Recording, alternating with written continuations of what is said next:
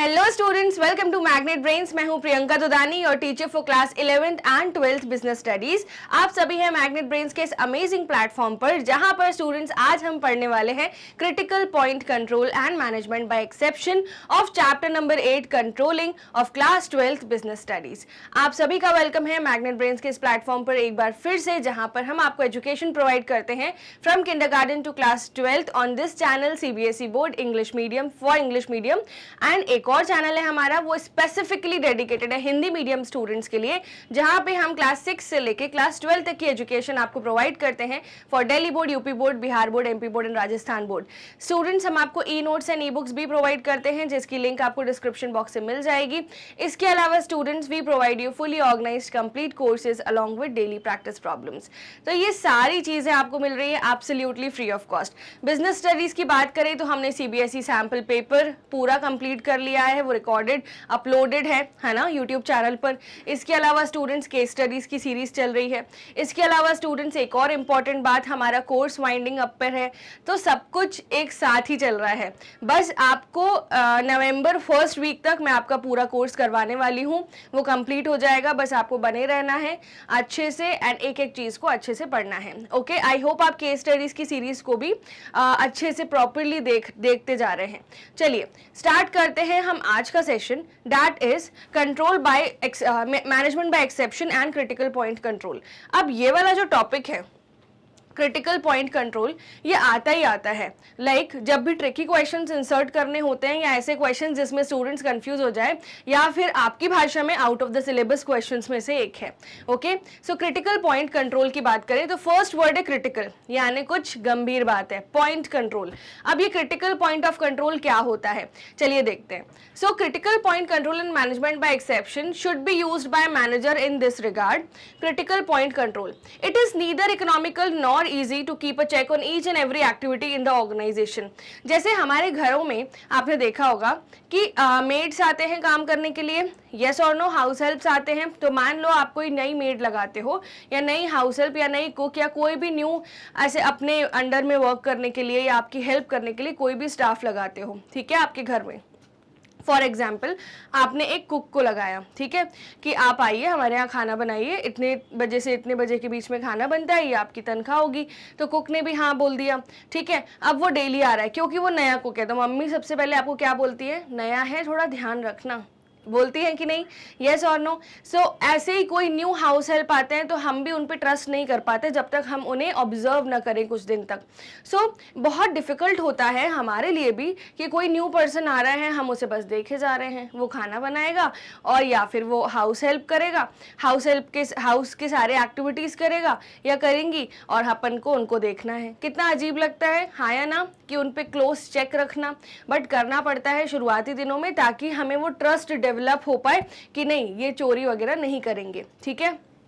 Similarly अब management के point of view से समझो, एक मैनेजर जब एक्टिविटीज पे कंट्रोल करने के लिए बैठता है तो उसके लिए ये फिजिबल ही नहीं है कि वो पूरा दिन क्लोज चेक रख सके।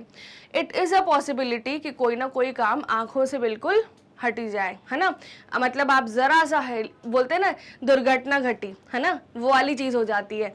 अब आपने ये भी देखा होगा कि कंट्रोल बाय एक्सेप्शन जब मैं बोल रही, क्रिटिकल पॉइंट कंट्रोल जब मैं बोल रही हूँ या मैनेजमेंट बाय एक्सेप्शन जब मैं बोल रही हूँ, तो यहाँ पे स्टूडेंट्स दो इंपॉर्टेंट बातों का ध्यान रखना है। यहाँ पे manager is keeping a close check, ठीक है, यहाँ पे manager is keeping a close check on what, on activities of the business organisation.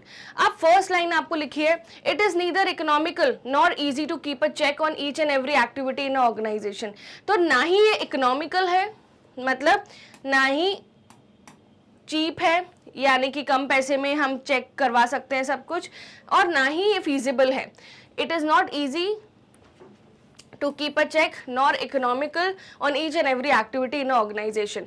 Control should therefore focus on key result areas, है ना।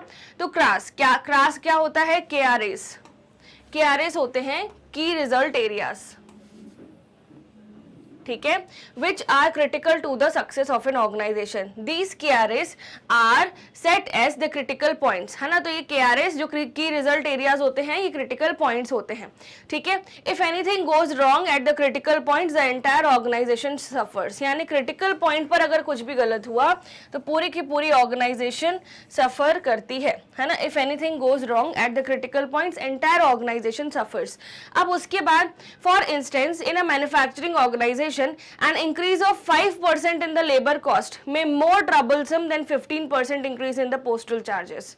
Okay, so ध्यान से समझिए क्या लिखा है. In a manufacturing organisation an increase in 5% in the labour cost may be more troublesome than a 15% increase in the postal charges. ठीक है, अब मैं आपको इसको एग्जाम्पल के थ्रू समझाऊंगी. अब मैनेजमेंट बाय एक्सेप्शन स्टार्ट करने से पहले हम क्रिटिकल पॉइंट कंट्रोल का एग्जाम्पल देख लेते हैं. ठीक है, मैनेजमेंट बाय एक्सेप्शन भी इसी से ही कुछ रिलेटेड है, बट पहले समझना है क्रिटिकल पॉइंट कंट्रोल क्या है. अब let's come to a blank slide where I will be teaching you complete critical point control. So आपको इस particular segment को अपनी कॉपी में लिखना है.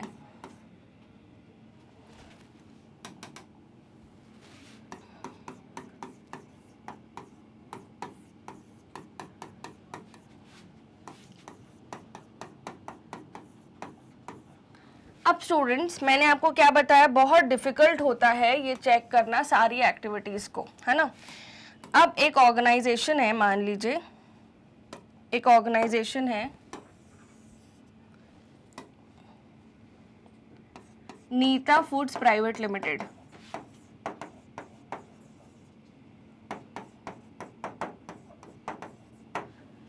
यहाँ पे नीता की जो एक कंपनी है, इनके 5 प्रोडक्ट्स हैं. ठीक है, first is papad, second is achar, अचार को पिकल बोलते हैं, third is thepla, fourth is you can say curd varieties, and fifth is soya paneer. तो ये इतने varieties Neeta foods private limited में चल रही हैं. इनका फंक्शनल स्ट्रक्चर है, यानी एक ही डिवीजन में सब कुछ होता है. छोटी ऑर्गेनाइजेशन है. ठीक है, not a big organisation, small scale organisation है.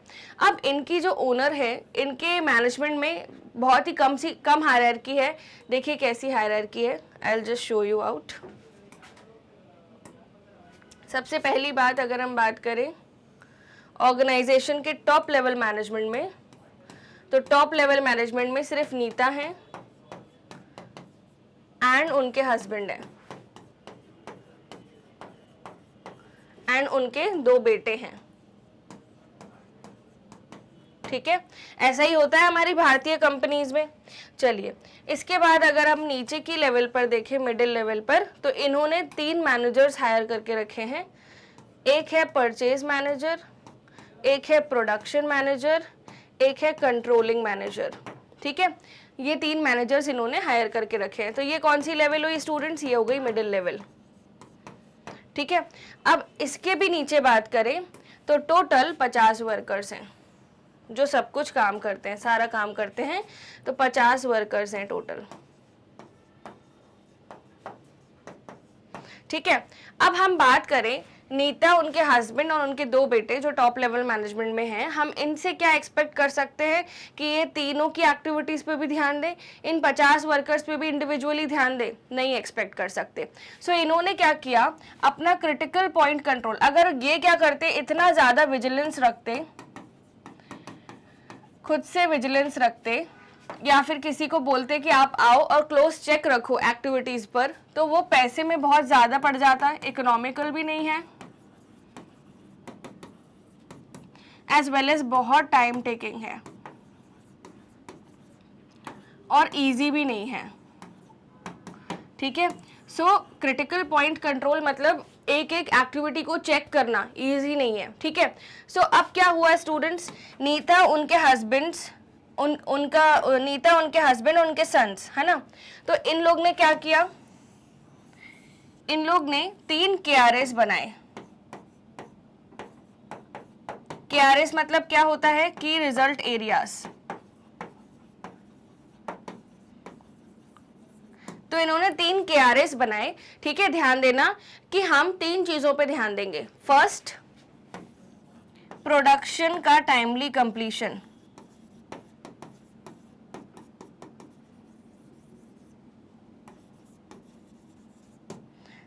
Second, delivery on time, and third, payments. ठीक है, तो इन लोग ने सोचा कि हम हमारी ऑर्गेनाइजेशन में 3 बातों पे ध्यान रखेंगे। प्रोडक्शन टाइम पे कंप्लीट हो रहा है या नहीं, डिलीवरी टाइम पे हो रही है या नहीं कस्टमर को, एंड पेमेंट्स टाइम से रिसीव हो रही है या नहीं। इनमें घपला हो तो ऑटोमेटिकली समझ आ जाएगा किस लाइन में घपला है। ठीक है, तो इन्होंने अपने खुद के की रिजल्ट एरियाज डिफाइन कर लिए। नाउ अब इनको ना एक एक एक्टिविटी पे ध्यान नहीं रखना। अगर मान लो प्रोडक्शन ऊपर नीचे हुआ, प्रोडक्शन टाइमली कंप्लीशन नहीं हुआ, प्रोडक्शन ऊपर नीचे हो रहा है, तो सीधे किसका गला पकड़ा जाएगा? प्रोडक्शन डिपार्टमेंट का। इसके अंडर में जो वर्कर्स प्रोडक्शन कर रहे हैं उनका गला पकड़ा जाएगा। यस और नो, यानी उनसे रिपोर्ट ली जाएगी। बताओ ठीक है कि ऐसे क्यों हुआ। तो ये उन्होंने खुद के KRAs बना लिए हैं। अब कोई सॉफ्टवेयर कंपनी है वो अपने खुद के KRAs बना लेंगी, कोई MNC है वो अपने खुद के KRAs बना लेंगे, because it is very very difficult to keep a close check on each and every minute activity और a major activity. So it's better to keep a check on those result areas, on those KRAs which will which will help us identify the loopholes, है ना। जैसे मान लो कि production timely completion नहीं हो पाया, तो हो सकता है कि परचेज डिपार्टमेंट ने रॉ मटेरियल टाइम पे नहीं दिया हो। ठीक है, तो इससे बहुत सारी चीजें पता चल जाएंगी। KRAs ऐसे सेट होने चाहिए कि अगर वो KRA में हमने जब मान लो प्रोडक्शन का टाइमली कंप्लीशन लिखा है, एक KRA में प्रोडक्शन टाइमली कंप्लीट नहीं हुआ, सारे डिपार्टमेंट्स जवाबदार होंगे। यस और नो, तो ये है क्रिटिकल पॉइंट कंट्रोल। ठीक है, चलिए अब मैं आपको ना स्टूडेंट्स वापस से आती हूँ स्क्रीन पर जहाँ पर हमने टेक्स्ट पढ़ा था पूरा। ठीक है, ये आपकी NCERT की लैंग्वेज है। अब आपको और चीज समझ आएगी जो पहले नहीं आ रही थी। Yes, so it is neither economical nor easy to keep a check on each and every activity in an organisation. Control should therefore focus on key result areas. मतलब KRAs बनाने पड़ेंगे which are critical to the success of any organization. These KRAs are set as critical points. तो ये KRAs critical points हैं। तो अगर कोई भी क्रिटिकल पॉइंट में कोई भी दिक्कत हुई तो पूरी ऑर्गेनाइजेशन सफर करती है ना।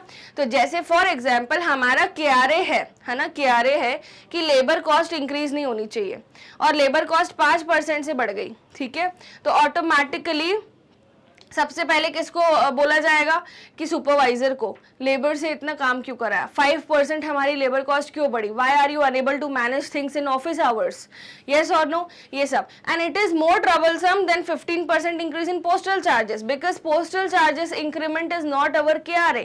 क्रिटिकल पॉइंट कंट्रोल क्या है, जो प्रोडक्शन में यूज होता है। ठीक है, तो हर कंपनी अपना खुद का KRAs बनाती है। ठीक है, समझ आ गया आपको। चलिए अब हम आते हैं मैनेजमेंट बाय एक्सेप्शन पे। अब मैनेजमेंट बाय एक्सेप्शन को MBE भी बोला जाता है या फिर ME। तो आपको समझना है कि मैनेजमेंट बाय एक्सेप्शन अगर कंट्रोलिंग चैप्टर का है तो उसकी ये एब्रिवेशंस हैं। ओके स्टूडेंट्स, चलिए फटाफट से वीडियो को लाइक कर दीजिए, चैनल को सब्सक्राइब करिए and let's understand what is management by exception. अब management by exception which is often referred to as control by exception, इसको हम और क्या बोलते हैं, कंट्रोल बाय एक्सेप्शन बोलते हैं।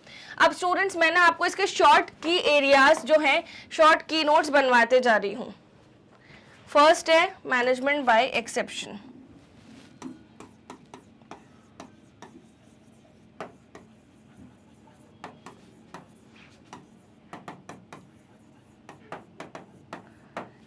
इसका अदर नेम क्या है, control by exception.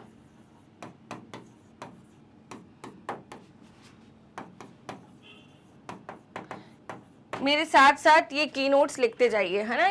These are so important and relevant for examination, क्योंकि मैनेजमेंट बाय एक्सेप्शन टॉपिक जब एग्जाम में आता है तो मोस्टली स्टूडेंट्स छोड़ के आ जाते हैं क्योंकि उन्हें याद ही नहीं आता कि क्या क्रक्स था। Okay, so is an important principle of management control, है ना। ये मैनेजमेंट कंट्रोल का एक बहुत ही इंपॉर्टेंट प्रिंसिपल है, based on the belief that, अब मेन बात आ रही है, that an attempt to control everything results in controlling nothing, an attempt to control everything results in controlling nothing. ठीक है, सो स्टूडेंट्स, अगर हम सब कुछ एक साथ करने जाते हैं तो कुछ भी कंट्रोल नहीं हो पाता। येस और नो? इसका एक एग्जाम्पल देती हूँ। सो मान लीजिए कि आप अभी कोई पार्ट टाइम जॉब कर रहे हैं एंड आप क्लास 12th में हैं, एज वेल एज आप अपने घर वालों के साथ नहीं रहते, आप बाहर रहते हैं, है ना, एजुकेशन पर्पस के लिए आप कोई एंट्रेंस की भी तैयारी कर रहे हैं। सो आपने सुबह में स्कूल का काम किया, ठीक है, आपने स्कूल वालों से, मैनेजमेंट से बात करी है कि 2 महीने के लिए आप स्कूल नहीं आएंगे, है ना, क्योंकि आपको एंट्रेंस की तैयारी करनी है। तो टर्म 1 के एग्जाम्स के बाद आप 2 महीने के लिए कुछ भी लीव वगैरह लगा के बाहर पढ़ने के लिए जा रहे हैं, ठीक है, क्योंकि एंट्रेंस की तैयारी करना आपके लिए बहुत ही बहुत इंपॉर्टेंट है, क्योंकि यही सही टाइम है जब आप प्रिपेयर कर सकते हैं। फिर तो प्री बोर्ड्स, बोर्ड्स, सब चीज़ें एक साथ आ जाएंगी। टर्म 2 आपका जो जिसमें फुल सिलेबस आता है।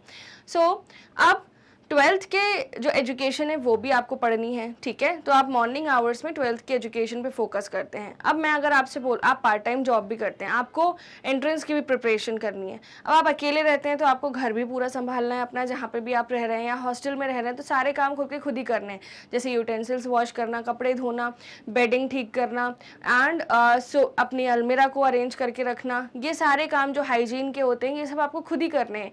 इवन जो आप फंड्स अरेंज करेंगे, ग्रॉसरी परचेज करने जाएंगे, आपकी फ्रेंड्स की आउटिंग्स होंगी, आपको वहाँ पे भी जाना है, आप उसको भी सैक्रिफाइस नहीं कर रहे हैं, ऐसा मान लेते हैं, ठीक है। इसके अलावा जो आपके एजुकेशन पर्पस से जितनी भी होमवर्क्स वगैरह हैं वो भी सब आपको करना है।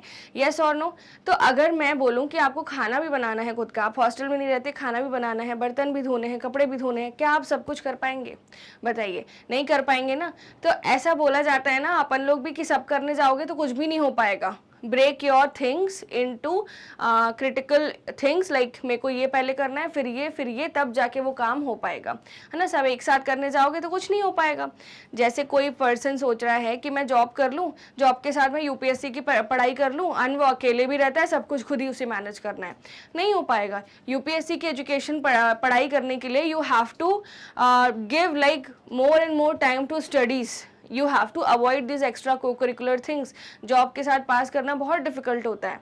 नेक्स्टली, अगर कोई पर्सन है, आप जैसे 12th के बाद आप ग्रेजुएशन में जाएंगे, है ना, या फिर आप कोई एंट्रेंस की प्रिपरेशन कर रहे हैं तो आप ड्रॉप लेके एंट्रेंस की प्रिपरेशन कर रहे हैं, तो आपका मेजर फोकस पढ़ाई रहेगा, बाकी सारे काम आपके ऊपर बोझ रहेंगे, बट वो करने तो पड़ते ही हैं, तो सब काम एक साथ नहीं कर पाता कोई भी। यस और नो? तो अब स्टूडेंट्स हमने ये समझा यहाँ पे कि मैनेजमेंट बाय एक्सेप्शन ये बोलता है कि अगर मैनेजर सब कुछ कंट्रोल करने जाए तो वो कुछ भी नहीं कंट्रोल कर पाता, है ना।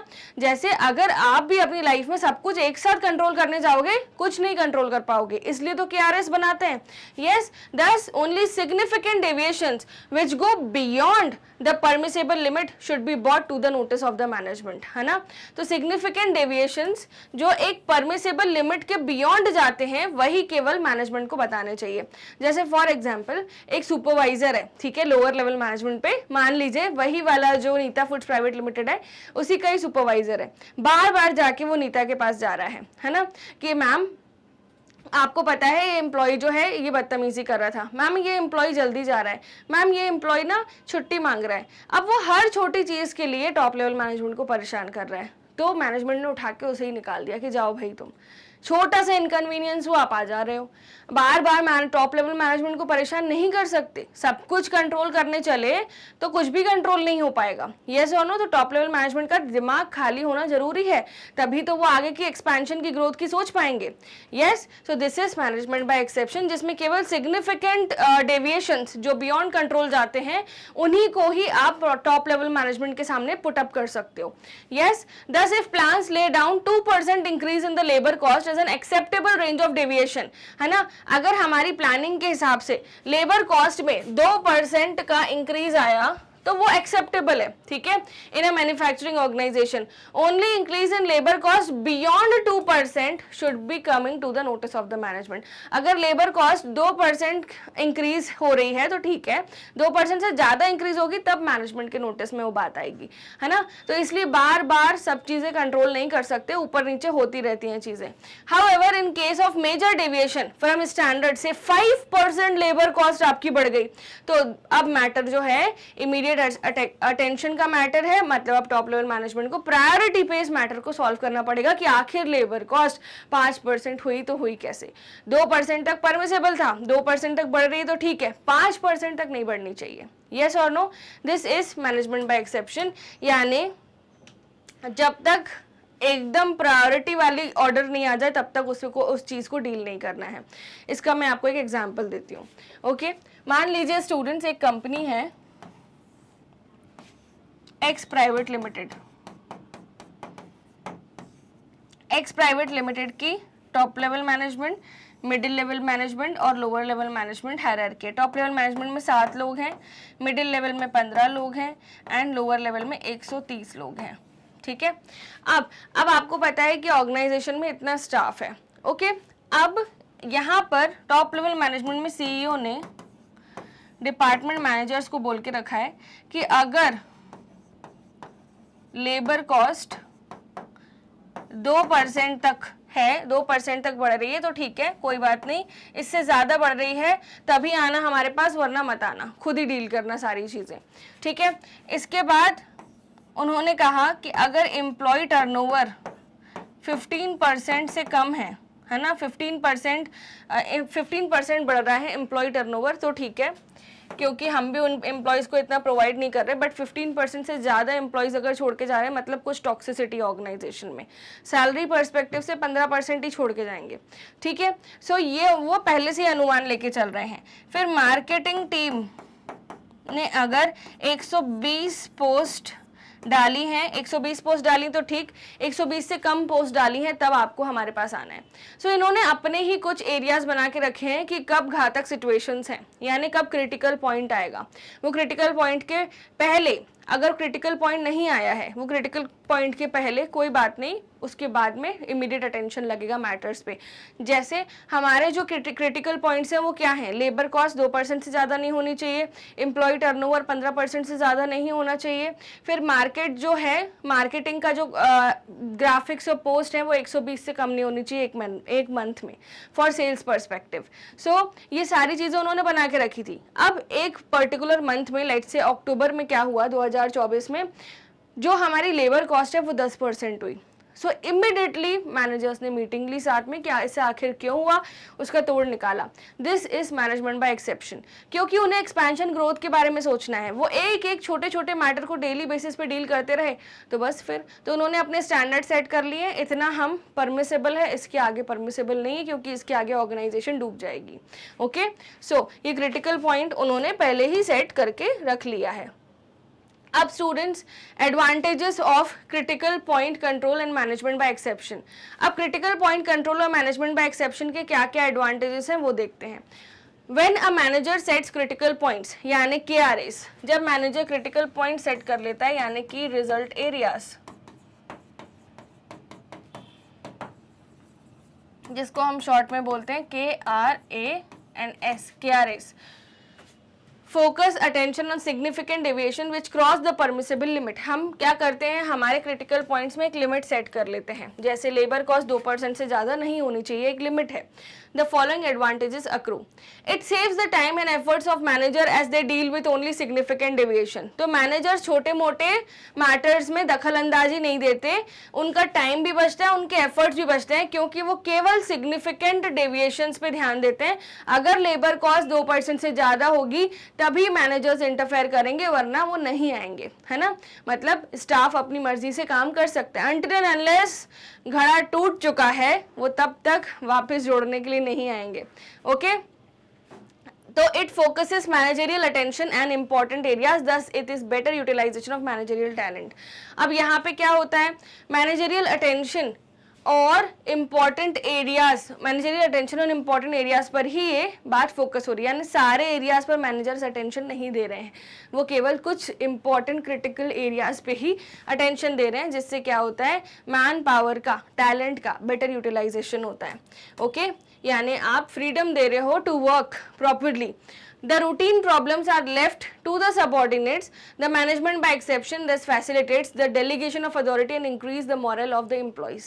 ठीक है, अब क्या है, routine problems are left to the subordinates. मान लीजिए हमारे वाले एग्जाम्पल में टॉप लेवल मैनेजमेंट में क्या था, टॉप लेवल मैनेजमेंट ने मिडिल लेवल मैनेजमेंट को बोल दिया था एक बहुत ही महत्वपूर्ण बात कि जब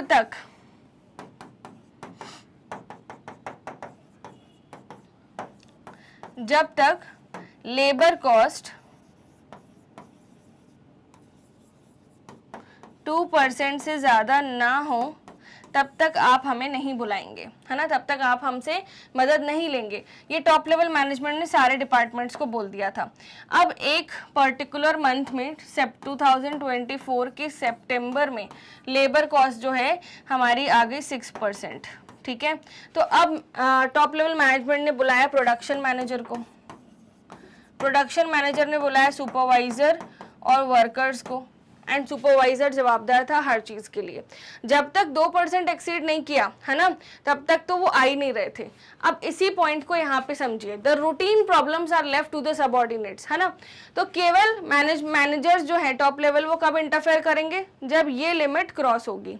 वो पहले इंटरफेयर नहीं करेंगे, मतलब सारी चीज़ें पहले मिडिल और लोअर लेवल मैनेजमेंट ही संभाल रही है, रूटीन चीज़ें. तो routine problems are left to the subordinates.